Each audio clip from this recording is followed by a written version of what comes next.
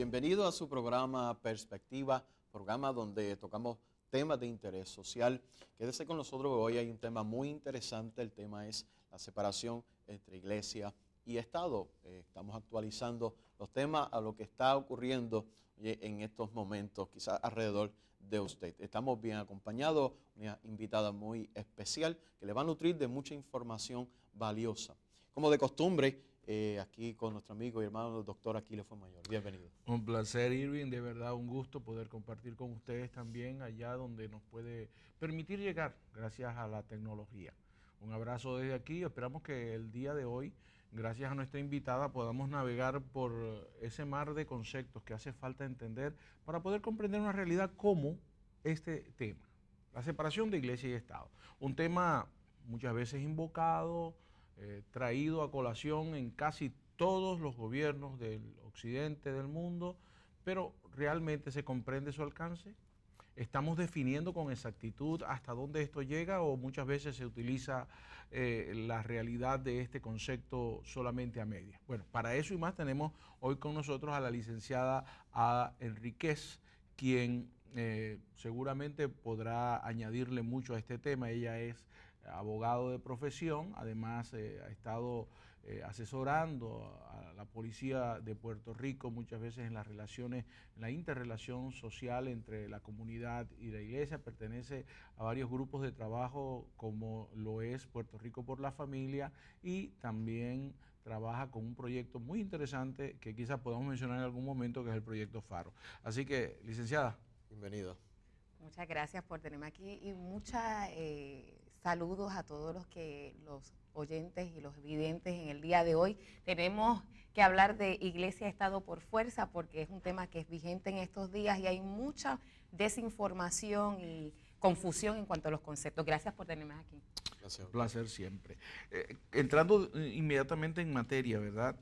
Cuando hablamos del concepto legal y político de lo que es la separación entre la institución llamado Estado y la iglesia, vamos a definir primero, porque para mucha gente un Estado es una circunscripción geográfica que divide una nación.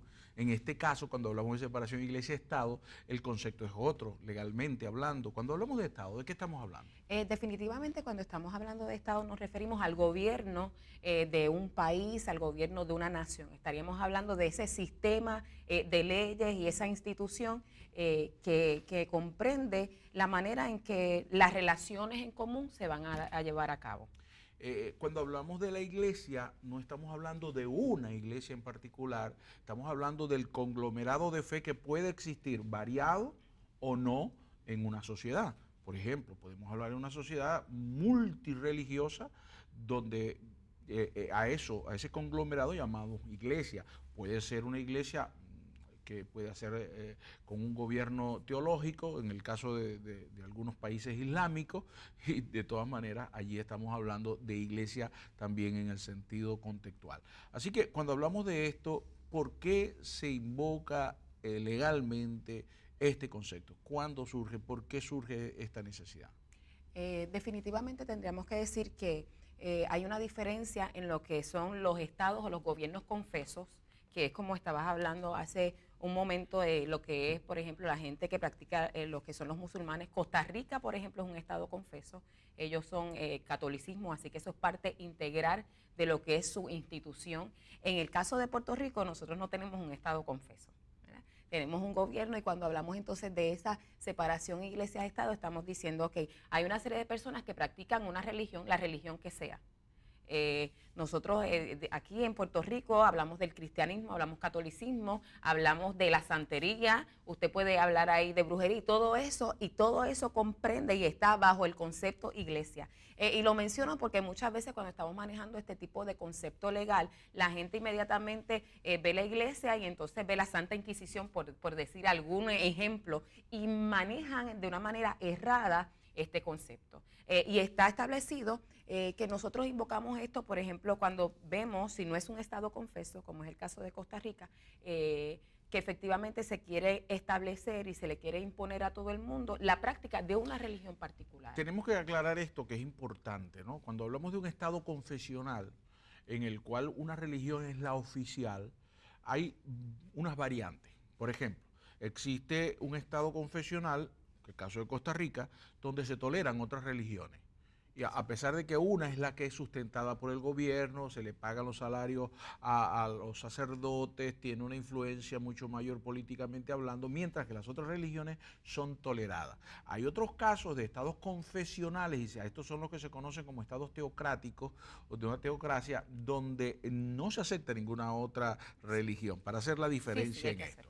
Ahora, cuando estamos hablando del Estado y la iglesia, yo veo que en el surgimiento de este principio legal es un principio que busca mantener un equilibrio entre lo que es la libertad de culto, porque mencionaba usted que en un programa como este, ¿verdad?, donde la mayoría de nuestra audiencia es cristiana, de repente usted dice que en Puerto Rico, que la mayoría son cristianos aquí, se ve a la santería. Se incluye la santería como una religión. Pero es que precisamente, ¿no?, se invoca el derecho de independencia o de separación entre uno y otro para que pueda haber libertad de culto. Yo creo que este concepto tenemos que trabajarlo también, lo que es la libertad de culto. Y a la misma vez se reconoce, que es lo que la abogada reconoció como parte de la religión. Lo que pasa es que lo que se quiere proteger, por ejemplo, en el caso de Puerto Rico, si lo circunscribimos entonces a Puerto Rico, y también lo podríamos hablar de Estados Unidos, lo que se pretende es proteger a la ciudadanía de que el Estado le imponga una religión para practicar. Por lo tanto, cuando hablamos de separación iglesia-Estado, lo que estamos diciendo es que el Estado no va a venir y nos va a obligar a que todo el mundo practique una misma religión. No va a utilizar lo que son los fondos públicos para establecer, de ahora en adelante, nosotros vamos a seguir esta serie de leyes que pueden ser teocráticas o puede ser, digamos que nosotros estamos ahí con muchos dioses y entonces todo el mundo tiene que servirle y todo el mundo tiene que tener una serie de imágenes o a las 3 de la tarde todo el mundo se va a inclinar. De eso es que se quiere proteger. Ahora, de ninguna manera estamos diciendo que el Estado no va a poder contribuir a lo que es el bien común porque haya una entidad religiosa envuelta. Por ejemplo, podríamos hablar de las escuelas, por hablar de algo que es un tema que todo el mundo maneja, la educación de los niños. Tenemos una escuela que tiene una base de fe cristiana y entonces efectivamente se le solicita al gobierno que pueda aportar, por ejemplo, para suplementar los almuerzos. El Estado viene y dice, pues sí, porque esto fundamenta y patrocina un interés que es bienestar general, que es que los niños sean educados. Por lo tanto, yo voy a aportar. De ninguna manera el Estado está ahí estableciendo que esta institución que sigue esta religión, pues esta es la religión que todo el mundo debe entonces profesar y practicar. Ahí tenemos que detenernos porque ese punto es importante. La realidad es que separación de iglesia-Estado no establece una confrontación ni una contienda entre uno y otro. No es que nos negamos nuestra existencia porque la iglesia y el Estado existen en un mismo ambiente, en un mismo espacio y al fin de cuentas concluimos en las mismas personas. Porque el Estado tiene que gobernar a todo un país, la iglesia tiene que atender a todos aquellos que vengan a ella. Así que entonces debería haber un entendimiento en cuanto a esto. ¿Por qué se presentan tantas luchas y tantas veces se invoca este principio con la intención de relegar a la iglesia a un segundo plano como que no tuviera derecho a opinar? Es interesante porque aquí tendríamos entonces que hablar en términos de iglesia basada en la iglesia cristocéntrica. Porque eso es lo que usualmente ocasiona este choque cuando estamos hablando de la iglesia cristocéntrica. No importa si es protestante o si es católica, la vemos como un todo en el discurso político. ¿Por qué vemos ese choque? Porque la gente que tiene intereses encontrados con relación a lo que son principios en los cuales coincide la iglesia con la ciudadanía, dice, no, esto es un asunto de la iglesia, por lo tanto separación iglesia y Estado para yo promover y establecer lo que son mis intereses privados. ¿No será que el concepto de separación está mal definido? La gente no lo entiende o quizás se quieren aprovechar de tomar ventaja de eso. Me pones en una posición muy difícil, muy apasionada, porque realmente entiendo que lo utilizan en el discurso político de manera que aventaje intereses particulares. Pero yo tengo que decir algo, licenciada, y yo creo que no ofendemos a nadie con decir que muchos de nuestros políticos que invocan este principio lo desconocen totalmente, que realmente lo invocan bajo una ignorancia completa, porque en realidad cuando vemos que he escuchado personalmente a representantes de la judicatura, representantes de la legislatura, decir que en este caso no aplica porque la iglesia no tiene que intervenir en esto o en aquello. En aquello que implica la moral de una iglesia, la iglesia puede decir estar o no de acuerdo, lo que no puede es obligar por medio de ley o pretender que porque yo tengo ese criterio lo voy a establecer como ley, pero sí puedo opinar en contra porque yo soy un ciudadano. Eso es correcto, y no solamente eso, que la iglesia está compuesta por ciudadanos que efectivamente también aporta al erario público porque somos contribuyentes. Si hay algo que se establece en la iglesia es el deber tributario. Nosotros rendimos nuestras planillas, nosotros pagamos las contribuciones, entonces ¿cómo me vas a decir a mí que yo no puedo participar activamente? Cuando tú estás aprobando una serie de legislación que afecta nuestros intereses colectivos, porque son colectivos, cuando hablamos de iglesia estamos hablando de un colectivo. ¿Qué pasaría entonces si, por ejemplo, nosotros, como dicen, pues usted en realidad no puede intervenir, de repente viene en Puerto Rico el tiempo de rendir las planillas en abril y decimos, pues tremendo, pues entonces yo te rindo la planilla y no te pago? ¿Qué pasaría con el gobierno? Pues porque me estás diciendo que no puedo intervenir. Entonces, realmente se genera una serie de conflictos que son más bien el discurso de este tiempo, ¿no? Tenemos que reconocer que en realidad también ha habido de parte y parte malas interpretaciones de lo que significa la iglesia y su autoridad y el Estado y su autoridad. Porque precisamente en una línea histórica, muchas iglesias, no digo todas, pero muchas iglesias han querido tener el poder y ha estado tan cerca del poder político que se acostumbró a este. Entonces, ahí es donde tenemos que poner el punto sobre el renglón, porque incluso representantes muy connotados del protestantismo, el caso de Calvino tenía la idea muy clara de un gobierno humano dirigido por la iglesia. Igual ha sucedido en otros conceptos y tenemos entonces el Estado ateo, totalmente con imposición de la negación a una fe, que el caso del gobierno ruso, en su momento en la Unión Soviética como tal, imponía la inexistencia de Dios por decreto. Tenemos que entender esto para poder comprender lo que a continuación vamos a seguir hablando en el tema de hoy. Bueno, estamos aquí compartiendo con la licenciada Ada Márquez y estamos trabajando el tema separación dentro, ¿verdad? Estado e iglesia. Queremos, ¿verdad?, siempre recordarle que puede comunicarse con nosotros a Perspectiva P.O. Box 949, Camuy, Puerto Rico, 00627. Allí nos escribe, nos da su opinión sobre, ¿verdad?, el programa, los temas, da sus sugerencias para nosotros seguir trabajando, ¿verdad?, en este programa y poder servirle a quizás las dudas que tenga nuestro pueblo. Queremos, ¿verdad?, informarle nuestro email, perspectiva@cdminternacional. Nos puede encontrar bajo Google+, Facebook, YouTube, aparecen todos los programas, todo bajo, ¿verdad?, /perspectiva y cdminternacional.com/perspectiva. Allí encuentra todo nuestro programa. Necesitamos su sugerencia. Así que, ¿verdad?, escríbanos, llámenos y, ¿verdad?, pregunte por nuestro programa para entonces así nosotros poder seguir añadiendo temas interesantes y de actualidad. Nosotros vamos a una pausa, pero volveremos pronto. No se me retire.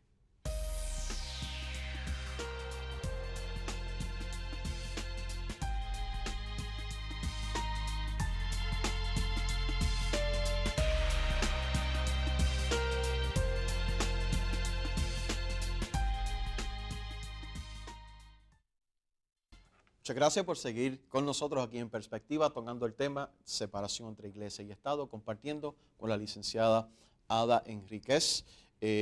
Tenemos que seguir hablando de este tema. Por supuesto. Una de las cosas que dejamos en el tintero y que queremos retomar en esta parte, porque precisamente una vez definidos algunos conceptos que hasta ahora hemos definido, tenemos que ver cómo esta confrontación de ideas, muchas veces con interés beneficioso, pero con resultados no tan beneficiosos. Y esto es importante entenderlo, porque de parte y parte ha habido la necesidad de conocimiento del tema. Por eso surge este programa. Porque una cosa es separación y otra muy distinta es falta de relación. No puede dejar de existir una relación entre los ciudadanos de un mismo país, de un mismo estado, no importa la fe que estos tengan y su gobierno. Por lo tanto, tiene que el gobierno que aprender a diferenciar entre la separación de uno y otro, pero también la iglesia tiene que aprender la misma, en consecuencia, la misma realidad. ¿Cuántas veces nosotros escuchamos en años anteriores decir que la iglesia no tenía nada que ver con el Estado, que la iglesia no tenía nada que ver con lo que sucediera, incluso se veía como un pecado el que un individuo perteneciera a una rama de la política dentro de lo que era la legislatura o el ejecutivo, y se veía como una cosa negativa. Aún el poder usar el derecho a voto se veía también en ese extremo. No tan marcado la parte del derecho a voto, pero sí el caso, por ejemplo, tuvo muchos enemigos la presencia de Martin Luther King cuando luchaba por unos derechos, y fue la iglesia, esto hay que decirlo con mucha propiedad, fue la iglesia negra la que lo apoyó, la iglesia blanca no lo apoyó. ¿Pudiera en ese sentido hablarnos un poco más de cuánto daño ha hecho desde este lado la ignorancia de este principio?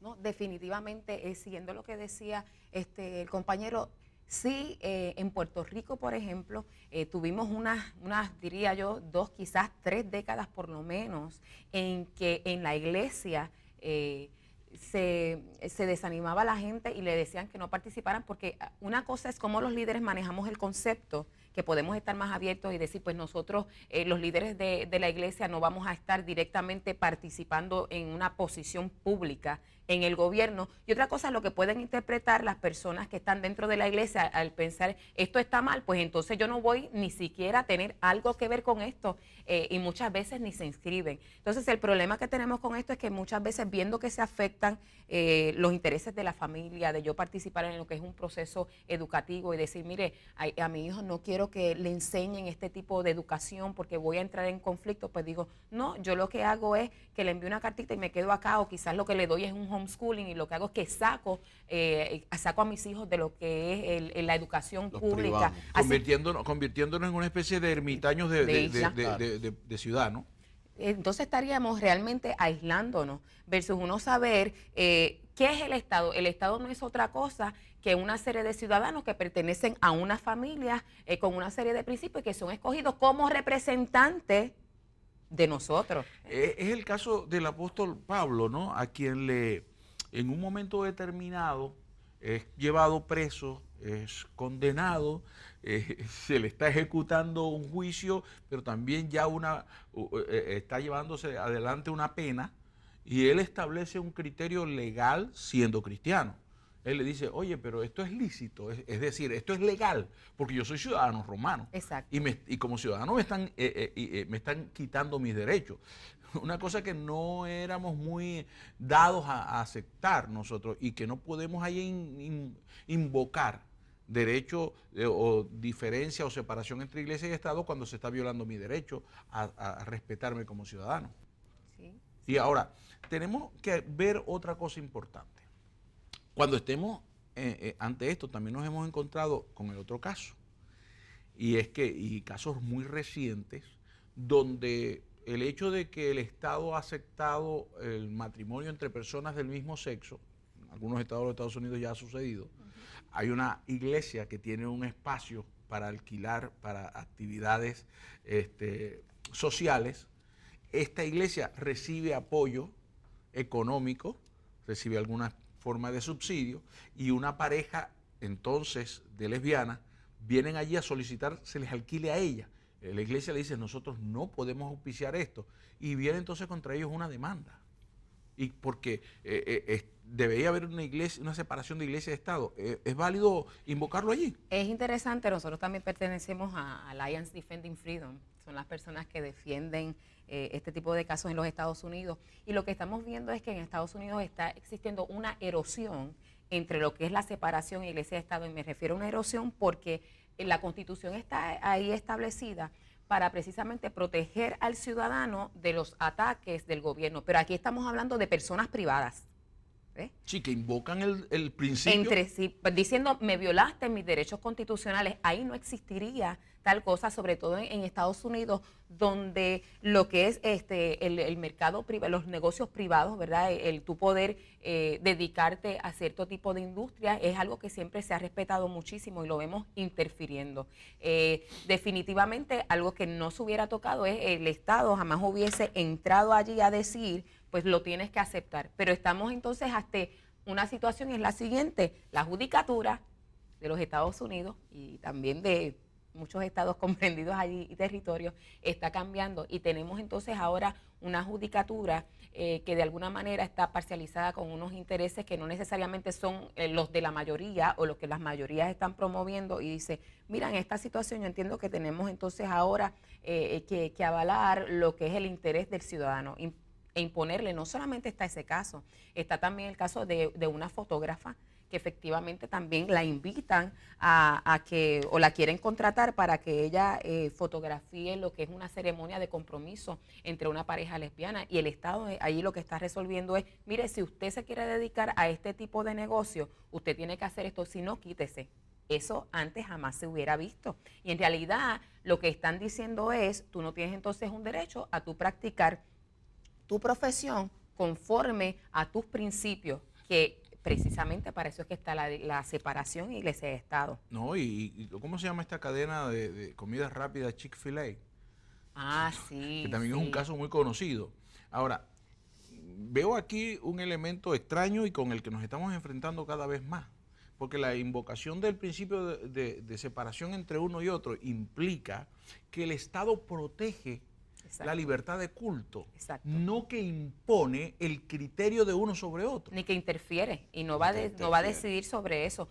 En este caso particular que estamos hablando de fotografía, de confección, por ejemplo, de floristería y todo ese tipo de cosas, nosotros sabemos que en este tiempo no es como antes. Antes los pueblos eran pequeños y había simplemente una floristería. Ahí diríamos, mira, lo que pasa es que aunque a ti no te guste, realmente no hay nadie más que pueda brindar eso. De alguna manera uno tendría que balancear, ¿verdad? El poder servir, pero en este caso no. Nosotros sabemos que hay innumerables floristerías y reposterías y todo ese, y hay otros tipos de sitios, y realmente vemos que la comunidad que tiene esta preferencia por personas de su mismo sexo está, como nosotros llamamos, comprando casos, buscando dónde pueden entrar para que sea reconocido, ¿verdad?, su unión, y independientemente que en el Estado se haya celebrado un referendo, independientemente que se haya enmendado la Constitución, entonces cambiar eso que es la voluntad democrática del pueblo por mayoría, que es en donde está cimentado el Estado en los Estados Unidos, cambiarlo vía una decisión judicial, porque como la judicatura es la que interpreta la Constitución al final, decir, ok, eso lo aprobaron, pero nosotros entendemos que esa no es la interpretación correcta y que esto debe ser de esta otra manera. Y ya eso nos está llevando a otro campo un poco más inquietante, ¿no? Y no quiero que me lleve hacia allá, porque eso sería para otro programa que pudiéramos con gusto realizar. Pero es que una cosa es que la iglesia no puede secuestrar la autonomía de un Estado, pero tampoco un Estado puede imponerle a una iglesia que acepte los criterios de aquellos que no está de acuerdo. Sí, precisamente para justicia es que se establece este principio de separación entre iglesia y Estado. Ahora, cuando yo como ministro, cuando yo como líder estoy expuesto a este tipo de cosas, tengo que aceptar que se me imponga ese criterio. No tengo a dónde acudir yo para decir, ok, mi derecho está siendo violentado, la separación de iglesia y de Estado está siendo invocada de una manera incorrecta. ¿Existe o no existe? O yo tengo que aceptarlo sencillamente porque el poder político, sea de la judicatura o sea de la legislatura, lo impone. No, definitivamente tienen los derechos. Se supone que la Asociación de las Libertades Civiles, que las protege, pues también tendría que proteger el derecho de un ministro, el derecho de una iglesia a disfrutar de estas libertades constitucionales, ¿verdad? Y de esto que es la separación iglesia y Estado. Pero yendo a la realidad de lo que estamos viviendo hoy, hay grupos de abogados como Alianza de Juristas Cristianos, Alliance Defending Freedom y otra serie de personas que están disponibles efectivamente para atender estos asuntos y para defenderlos. Definitivamente no creo que los ministros deben quedarse de los brazos cruzados, porque estaríamos permitiendo una intromisión. Una de las cosas que decía el Tribunal Supremo en un momento dado es la capacidad de nosotros como Estado reglamentar lo que sería la práctica en una entidad religiosa, es la capacidad de destruir. Yo creo que no lo pudieron decir mejor. Yo creo que el tema tiene mucho de dónde aprender y de mucho de dónde enseñar, porque yo creo que se ha invocado, como decía al principio de todo este programa, se invoca mucho este principio, pero se desconoce Desconocimientos. realmente los alcances reales y la aplicación real de este. Yo creo que por eso estamos trabajando en el programa de hoy con este tema, porque sin duda alguna es necesario que lo comprendamos. Aquellos que de alguna manera podemos utilizar, valorar que tenemos un derecho, tenemos que utilizarlo de manera sabia, pero tampoco podemos imponer nuestro criterio, pero dejarnos imponerlo no es lo que se espera. Así que estamos en una fase interesante, porque ¿qué puedo hacer ante este tipo de cosas? En el siguiente segmento sería bueno que habláramos un poco si es importante, y con esta pregunta le dejo, licenciada, el hecho de que pensemos en esto. ¿Acaso yo debo mantener aquella escuela en la que yo estoy separado del Estado, así que no tengo nada que decir ni que intervenir? ¿Acaso yo debo estar como en otros criterios más contemporáneos en las que yo tengo que ser un pastor político, que tengo una tolda política, o más bien debería ser un observador natural y neutral en el que opino aquello que esté de acuerdo o no con mi criterio, y establecer entonces que de allí en adelante se establezcan leyes o se respeten leyes? Vamos, eso es en el siguiente parte para que podamos conversar sobre eso. Bueno, es interesante, ¿verdad? Yo veo un punto aquí muy importante y es el desconocimiento. Principio bíblico, ¿verdad? Desconocimiento puede llevar a la destrucción de un pueblo, y yo creo que debemos informarnos para poder interpretar e utilizar bien, ¿verdad?, lo que es este concepto. Nosotros seguimos, no se vaya, porque este tema todavía hay mucho para cortar. Acuérdese siempre darnos su opinión, y puede hacerlo sobre este tema a las direcciones de lo que son las redes sociales. Comuníquese con nosotros a través de Google+, Facebook, Twitter, y déjenos saber qué usted opina también sobre lo que es la iglesia y el Estado. Nosotros volvemos enseguida, no se retire, aquí en Perspectiva.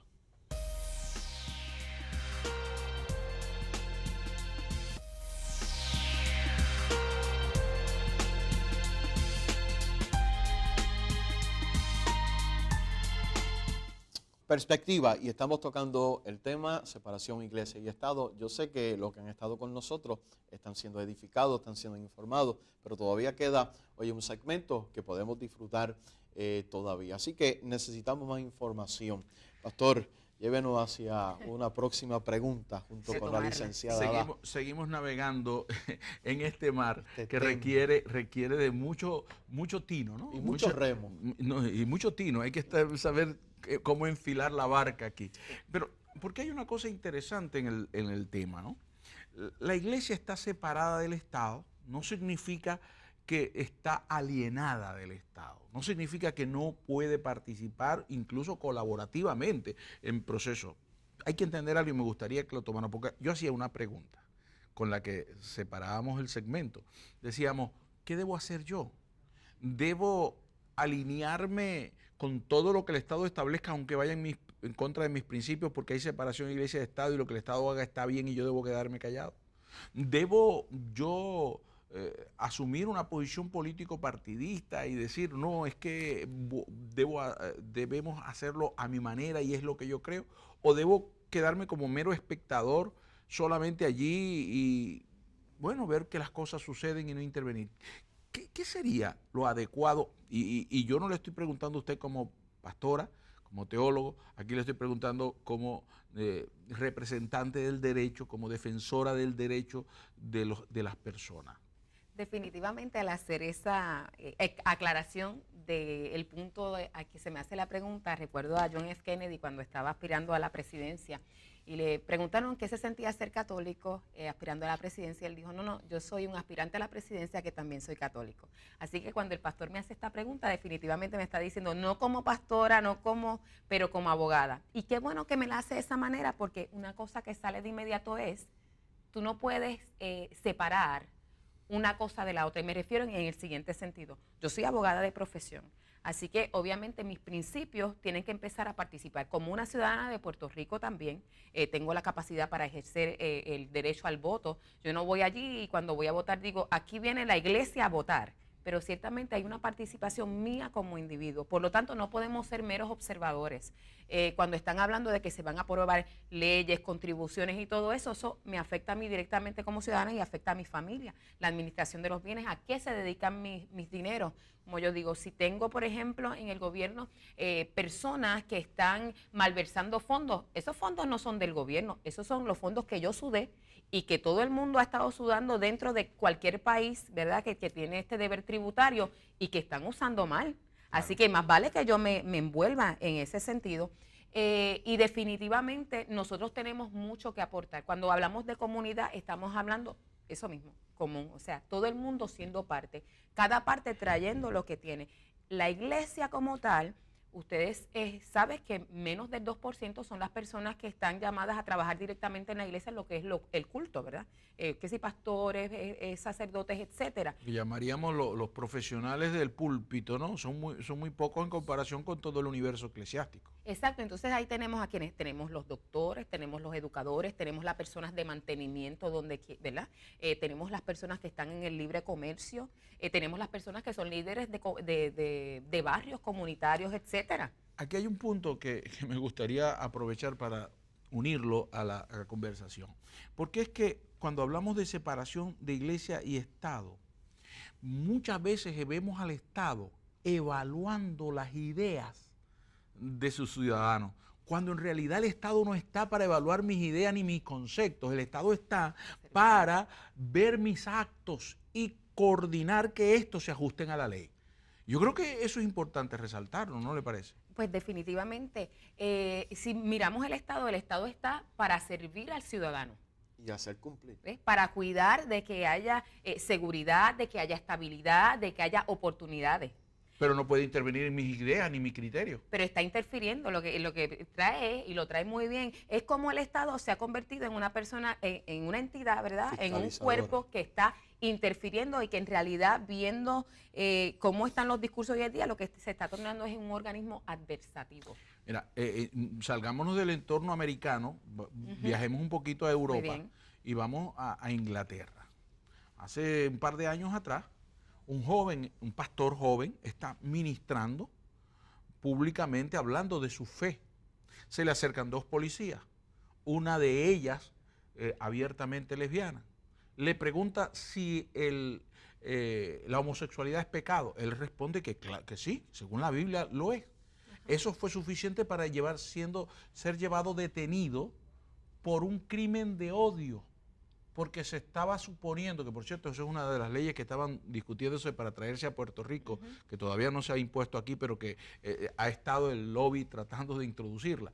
Y este pastor es llevado preso por el hecho de él estar mezclando su idea con la de otros. Pero por Dios, si él no está imponiendo ideas, a él le preguntan y él responde. Igual sería usted o cualquiera de nosotros que ante una pregunta somos honestos con nuestra respuesta. O yo tengo que entonces responder lo que el Estado quiere.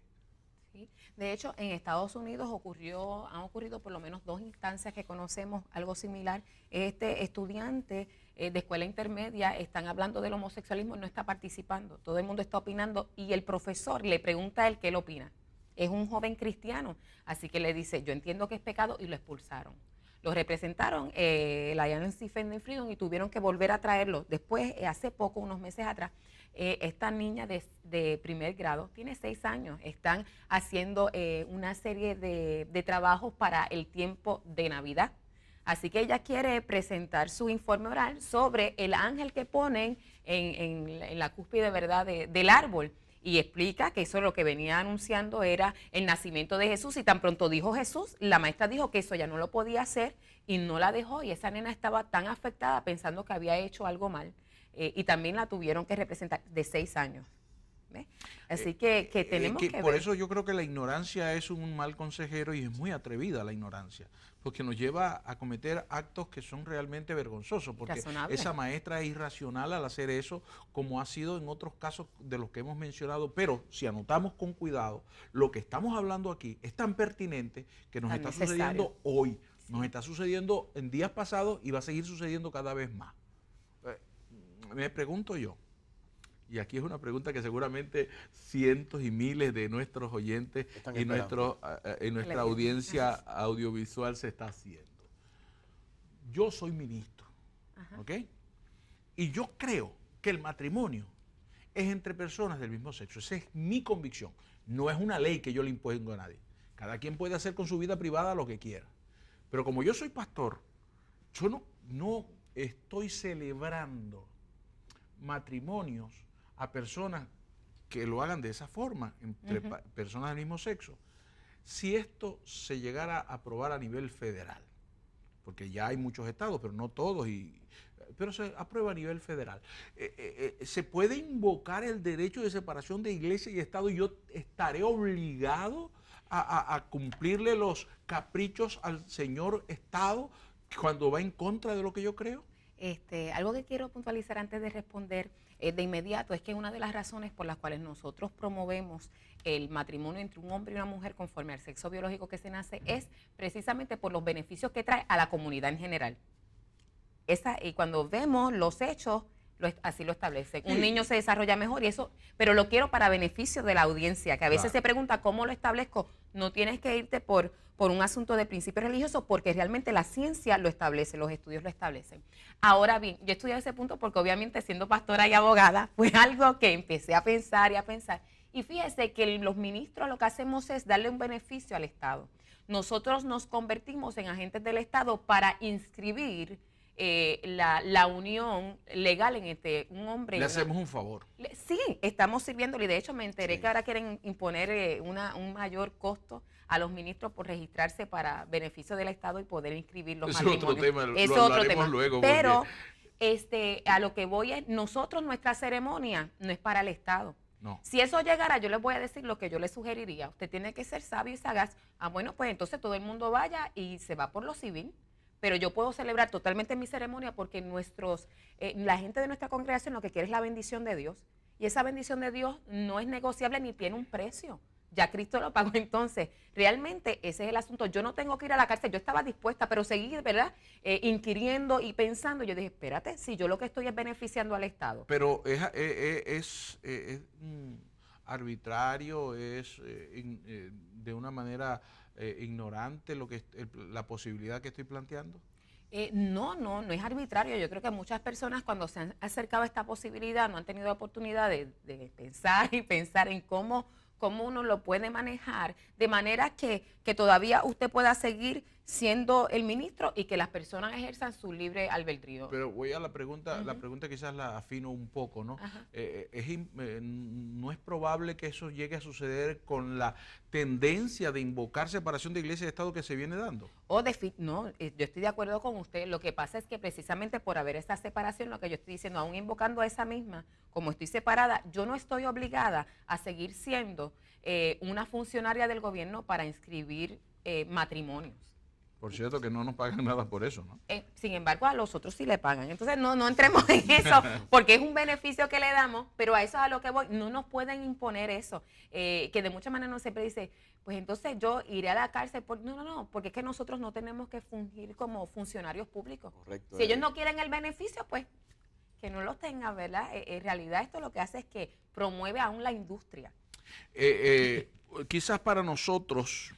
Hay en el mundo otros ejemplos, pero para nosotros el más real sea el de Martin Luther King, que ya lo mencionamos, quien siendo pastor de una iglesia se une a otros cristianos para decir no estamos de acuerdo con esa ley. Ellos no agredieron, ellos no asumieron una actitud de violencia, sencillamente dijeron y denunciaron el hecho que les parecía injusto, por lo cual llegó a ser, de hecho, un mártir de ese proceso el doctor Martin Luther King. Costo, sí. Sí, le costó la vida. El costo es el costo. Hoy en día, ¿debería yo tener una posición similar? Hablando de que, aunque yo estoy separado del Estado, ¿puedo yo como ciudadano decir no estoy de acuerdo y hacer por lo que sería una desobediencia civil en un momento dado? Pues definitivamente, si nos vamos entonces a la Escritura, tenemos que ver a Juan el Bautista. ¿Qué le cortó la cabeza a Juan el Bautista? Meterse con lo que era el matrimonio y decirle a Herodes, no te es lícito estar adulterando. Sí, Fue una expresión está pública, fuera era de eso. ley, le dijo, está fuera de ley. Y es la ley del matrimonio. Y era la ley civil. Y él se la estaba declarando ahí, es correcto. ¿Ves? Y entonces me gusta traer este tipo de ejemplos porque a veces no sabemos cómo manejar los conceptos y vemos la Biblia quizás de una manera muy ideológica, espiritual, pero no vemos lo que está pasando Más realmente. que espiritual, yo diría yo espiritualista. Porque Sí, a veces se sí, espiritualizan áreas que no exacto, son espirituales. que no son. Y esto es la parte civil, la parte de qué yo hago como ciudadano, y obviamente el impacto que está viendo Juan el Bautista dice, si esto es así, toda la gente va a entender que esto es lo legítimo y yo no puedo permitirlo. Hay un caso civil en los Estados Unidos muy connotado también, que fue el de Muhammad Ali, cuando Cassius Clay se le exigió ir a la guerra de Vietnam. Él, por su fe, decidió que no iba a hacer y fue encarcelado a causa de eso. O sea que yo puedo en un momento determinado decir que no estoy de acuerdo con una ley que me están imponiendo y me declaro en desobediencia. Eso, bueno, eso es correcto. Es parte de la libertad que uno tiene. Uno ahí decide, voy a ir a la cárcel. Ya está ahí establecido. Pero fue justo que fuera llevado a la cárcel cuando él no quería matar porque eso estaba en contra de sus Lo que principios. pasa es que si estamos entrando a lo que es el derecho federal, yo podría entonces plantear que en New Jersey había o hubo un pastor, que de hecho fue el más que reclutó para efectos de la guerra de la independencia con relación a Gran Bretaña, ¿verdad? Y él tuvo un discurso y el discurso fue de Eclesiastés y todo tiene su tiempo y él dijo, ahora es el tiempo de la guerra, se quitó su sotana y estaba vestido de soldado. Así que si lo miramos dentro de esa estructura y dentro de esos principios, pues ellos podrían no entenderlo, quizá esa parte del discurso, ellos tienen unas leyes particulares y hay que mirar esa evolución histórica que es muy interesante, que muchas veces nosotros no conocemos de cómo lo han plasmado otras personas, pero mirándolo así, como me habla de milicia, digo, bueno, lo que pasa es que el bagaje de ellos, de cómo lo han interpretado, es un poco diferente a cómo nosotros lo podemos ver acá. Tiene mucho de dónde cortar, Irving, aquí tenemos mucho trabajo, ¿no?, con estos temas. Pudiésemos elaborar ¿verdad? Una continuación de este tema, ¿verdad? Con la licenciada Ada Márquez. Enríquez. Oye, a Muy nuestra bien. audiencia le tenemos que solicitar que No le cambie los nombres. Bueno, es Enríquez. seguimos aquí en Perspectiva. Nosotros vamos a una pausa, pero volveremos para concluir este importante tema. No se retire.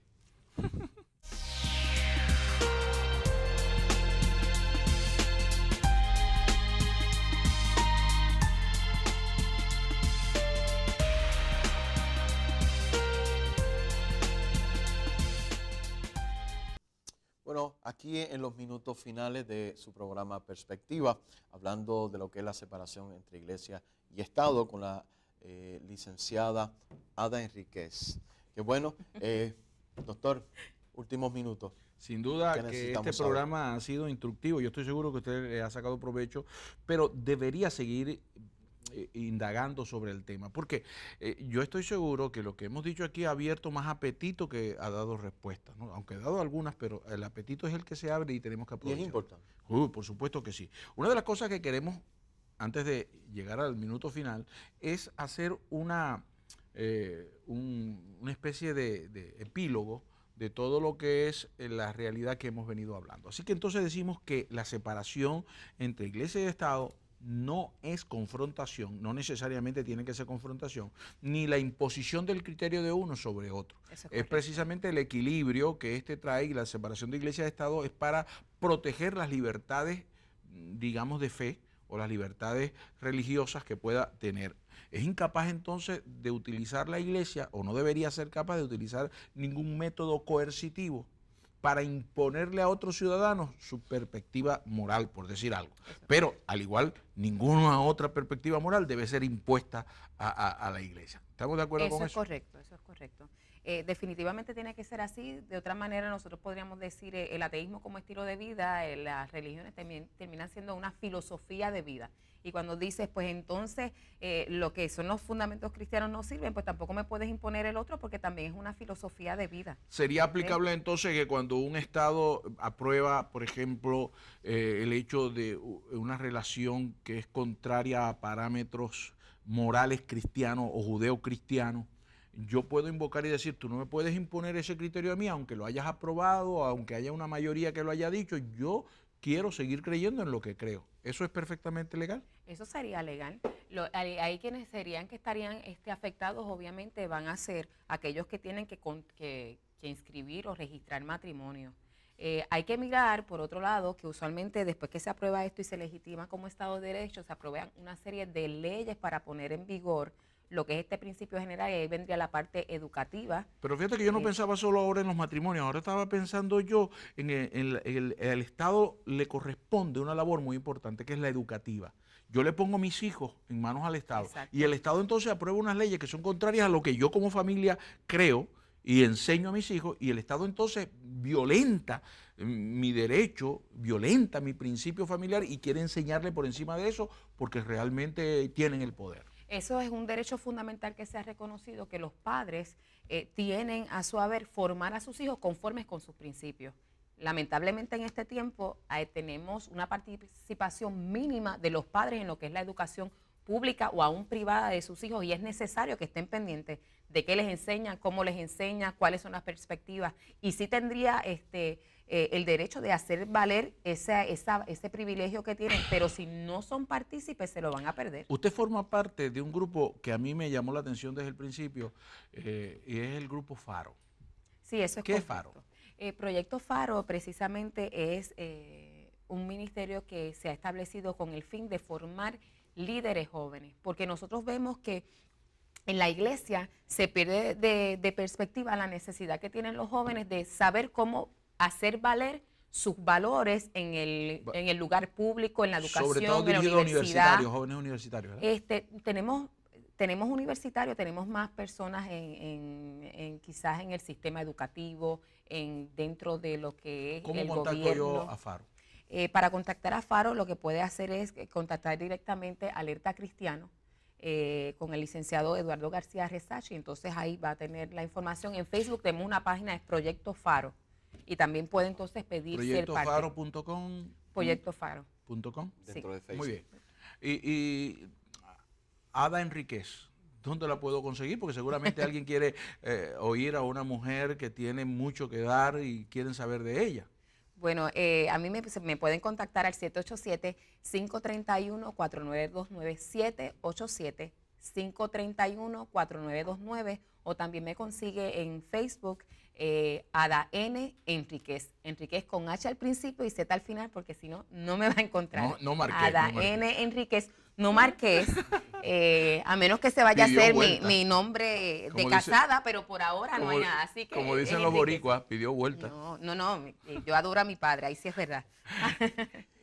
Teniendo entonces, ¿cuál sería la reflexión final que le pudiéramos entregar a nuestra audiencia? Definitivamente, si algo es neurálgico para este tiempo, es que tú como ciudadano y como parte perteneciente a una comunidad te envuelvas en lo que son los procesos de gobierno. El gobierno, como dije anteriormente, simplemente es el reflejo de nuestras familias, y tú tienes familia, tú eres parte de la familia de tu nación y debes participar, debes exponer tu voz, debes contribuir, más que nada colaborar con lo que está pasando. Nuestros gobiernos a veces están tan envueltos con tantas problemáticas que las cosas que pueden ser lógicas y que pueden ser naturales, que se pueden alcanzar en una mesa de diálogo, se pierden.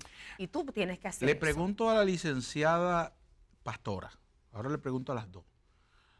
¿Será que nosotros debemos comprender mejor nuestra posición y entender mejor nuestros derechos para entonces exigir nuestros deberes? Pienso que debemos entender nuestra responsabilidad para hacer valer nuestros derechos. Quizás es un poco distinto a la pregunta que me hace, pero yo pienso que nosotros lo que hemos perdido de perspectiva es cuál es mi responsabilidad como parte de esta comunidad, como ciudadana de esta comunidad, y entonces mirar cuáles son mis derechos. ¿De alguna forma yo soy defensor de la comunidad? No solamente es defensor, es responsable por el bienestar de la comunidad. Porque Jesús dijo que amen al prójimo como Él los amó. Entonces, si es como Jesús lo amó, si algo tenemos sobre nuestras espaldas, es el bien común. Esa responsabilidad. Gracias, licenciada, por estar con nosotros. Ha sido un verdadero placer. Doctor, tenemos que despedir.